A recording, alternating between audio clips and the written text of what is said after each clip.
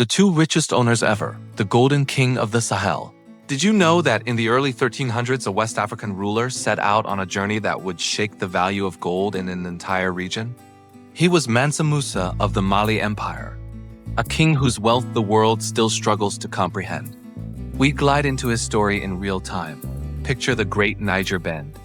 Picture dusty caravan trails under the blazing sun.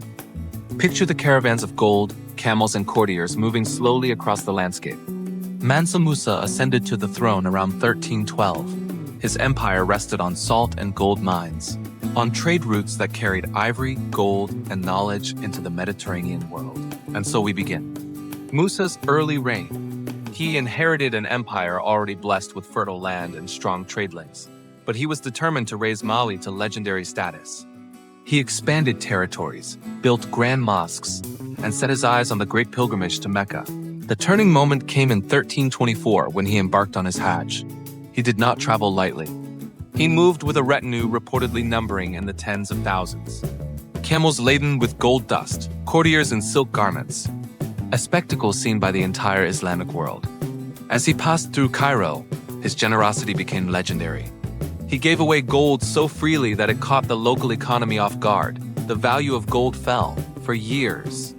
This journey was not just about faith. It was a statement. This was a ruler of immense power, of resources built over decades of careful control of mines, trade, tribute, and commerce. His wealth wasn't stored in vaults alone. It flowed into cities, mosques, learning centers. He made of the Mali Empire a beacon of culture and commerce. Let's float over to another scene. Imagine the city of Timbuktu under his reign.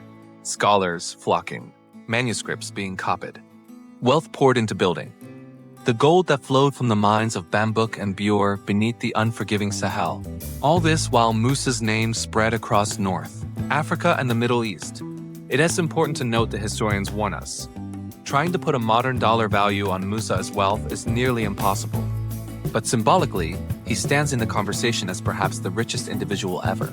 So what made this wealth real? A combination of natural resources plus a ruler who used them with vision.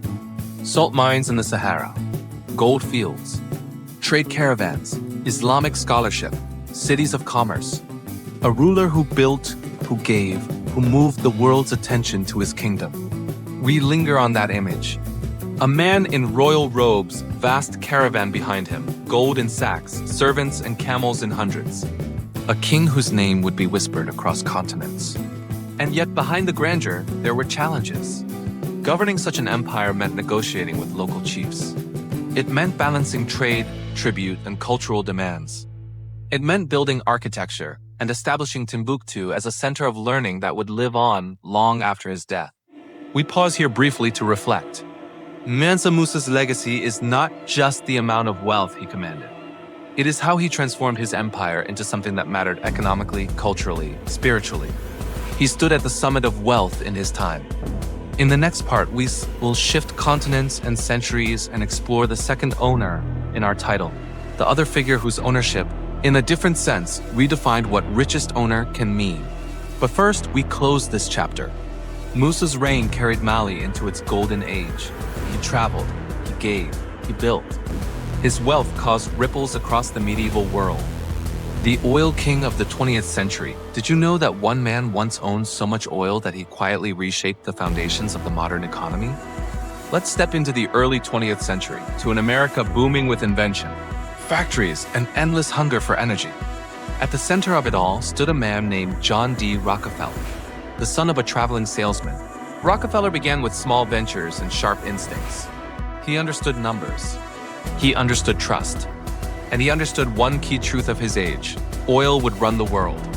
By his early 30s, he was already building what would become the largest industrial empire the world had ever seen. We drift into the 1860s. Cleveland, Ohio. The smell of crude fills the air.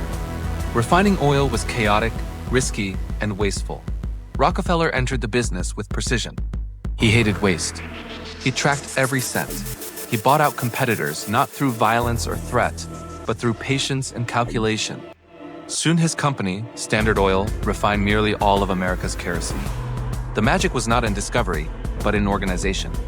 He created pipelines when railroads charged too much. He built his own transport network. He negotiated secret rebates. He saw efficiency as profit. By the 1880s, Standard Oil controlled over 90% of the US refining industry. That single empire would set the tone for corporate power for generations. Let's float to another turning point. Rockefeller was now more than a businessman. He was an owner of an invisible empire, one built on contracts, shares, and control. Newspapers debated him. Politicians feared him. He rarely spoke in public, but when he did, his words were calm, measured, without pride. He became the first billionaire in US history. Adjusted for inflation, his fortune would tower over today's billionaires. But the numbers alone don't capture his influence. His wealth created entire cities. His company shaped industrial America, fueling lamps, powering trains, and paving roads. Oil flowed through his network like blood through veins. But power attracts scrutiny. By the early 1900s, reformers and journalists began to ask, should one man control so much? The US government agreed. In 1911, the Supreme Court ruled that Standard Oil was a monopoly and ordered its breakup into dozens of smaller companies. It seemed like a defeat. Yet the opposite happened. Each of those smaller companies grew. Together they became Exxon, Chevron, and other modern giants. Rockefeller's fortune multiplied as his shares in the new companies soared. It was as if breaking his empire made it even stronger. Now let's slow down and look beyond money. Rockefeller's later life was one of transformation. He became the world's most generous philanthropist. He funded universities, medical research, and education for all. His donations created the University of Chicago, Rockefeller University, and countless public health programs. He gave away more than $500 million, a staggering amount for his time. But he gave it with structure, with systems, just as he built his oil empire. He once said, "I believe the power to make money is a gift, and I believe it is my duty to use it for my fellow men." So while Mansa Musa scattered gold across the sands, Rockefeller turned oil into an empire into philanthropy. One built wealth from natural resources buried in African soil, the other from oil under American ground. Both reshaped the idea of ownership. Let's float now into his private world for a moment. At his estate in Pocono Hills, Rockefeller would rise early. He loved golf, prayer, and discipline. He tracked every donation in neat ledgers. Even at 90, he kept his schedule like a young clerk. His fortune had made him powerful, but routine kept him human. By the time of his death in 1937, Rockefeller's name had become more than a symbol of money. It was a symbol of the modern world of capitalism, corporate systems, and global energy.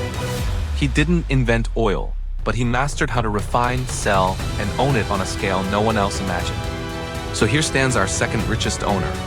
Mansa Musa ruled through faith and gold. Rockefeller ruled through oil and order. One crossed deserts on camelback, the other pipelines of steel. Both turned raw earth into wealth beyond measure. And both left behind legacies that still shape how power works today. Let's drift to the closing movement.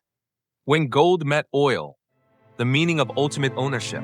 Did you know that the richest men in history often never saw their wealth the same way we do today? For Mansa Musa and John D. Rockefeller, ownership was not about what they could spend. It was about what they could build, control, and leave behind. Let us float across time once more, from the golden dunes of 14th century Mali to the roaring engines of 20th century America. Two worlds apart, yet bound by one truth. Wealth is power, and power reshapes the map. When Musa returned from his legendary pilgrimage, his empire glowed with prestige. He poured his treasure into cities like Gao and Timbuktu. He built the Jingerba Mosque, still standing today, crafted from desert clay and faith. He invited scholars from Egypt and Morocco. He turned trade into education and gold into culture. His empire became a magnet for travelers, merchants, and thinkers. Mali was no longer a distant realm on medieval maps. It became a beacon of civilization. Musa understood something profound. Gold by itself was nothing more than dust. But gold transformed through generosity became legacy.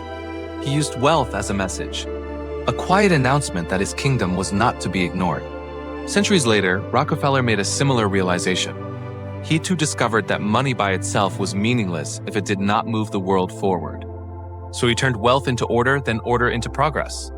He funded research that eradicated diseases, built universities that reshaped science, and supported the arts that defined modern America. Different ages, different empires.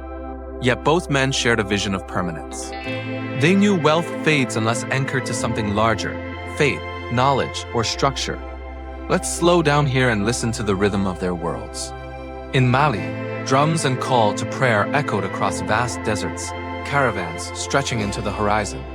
In America, the hum of factories, the hiss of steam, the clang of pipelines marked the pulse of a new age. Gold glimmered under the sun.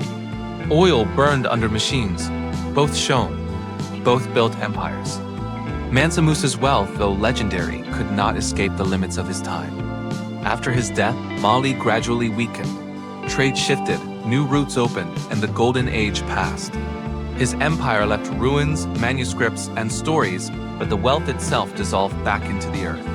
Rockefeller's empire survived differently. Though Standard Oil was broken, its fragments multiplied. The companies born from it became the engines of the modern world. Even today, when you see Exxon, Chevron, or Mobil, you see the branches of the same tree, the tree Rockefeller planted. Let's float over to an invisible horizon where these legacies meet. Imagine Musa and Rockefeller side by side, one draped in woven silk, hands covered in gold dust, the other in a plain black suit carrying a small notebook. Two forms of wealth, two ways of seeing power. Musa gave until the price of gold collapsed. Rockefeller built until the idea of monopoly collapsed. Musa's generosity stunned the medieval world. Rockefeller's precision shaped the industrial one. Both learned that ownership could rule men, but stewardship could outlive them. Their stories reveal something deeper about wealth. It begins with control, but it matures through contribution. A fortune that doesn't feed others will starve itself in time. That is the paradox of true ownership. The more you give, the longer your influence survives. Let's drift to the modern day. When we talk about billionaires now, their names flash across screens and rankings. Numbers rise, fall, and rise again. Yet the measure of greatness still whispers the same question. What will remain when the fortune fades? For Musa, it was the cultural legacy of West Africa, manuscripts, architecture, and the idea that Africa once held empires greater than any European imagined. For Rockefeller, it was the architecture of modern philanthropy, foundations, grants, and systems that continue to heal, teach, and innovate. They owned more than any of their peers, yet their wealth outlived them only because it moved beyond ownership. Let's float to the quiet close. The sun dips over the dunes. The last caravan disappears. 1,000 miles away, the lights of New York flicker against the night. In that contrast lies a single truth: from gold to oil, from caravan to corporation. Wealth is just a form of energy. It flows, it changes, and it leaves behind the shape of those who directed it. Mansa Musa's gold once blinded merchants in Cairo. Rockefeller's oil once fueled lamps across continents. Both lit the world in their own way. So when we ask, who were the two richest owners ever? We might realize the answer is less about numbers and more about what they chose to own, not just material, but meaning. Gold fades, oil burns. But legacy endures.